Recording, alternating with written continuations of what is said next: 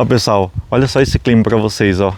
Casa do Guarda, aqui essa subida, né, do batente que finaliza aqui na estrada de chão. Tá totalmente molhada. Aqui é a entrada da trilha.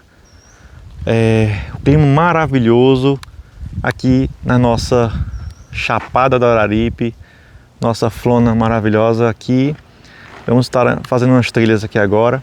Então vem com a gente. Estava chovendo agora há pouco, pessoal, então é sempre uma oportunidade única, né, de ver esse clima maravilhoso aqui na cidade, na floresta, no alto da nossa chapada. E as trilhas têm um gosto todo especial, né, com esse clima. Vamos com a gente.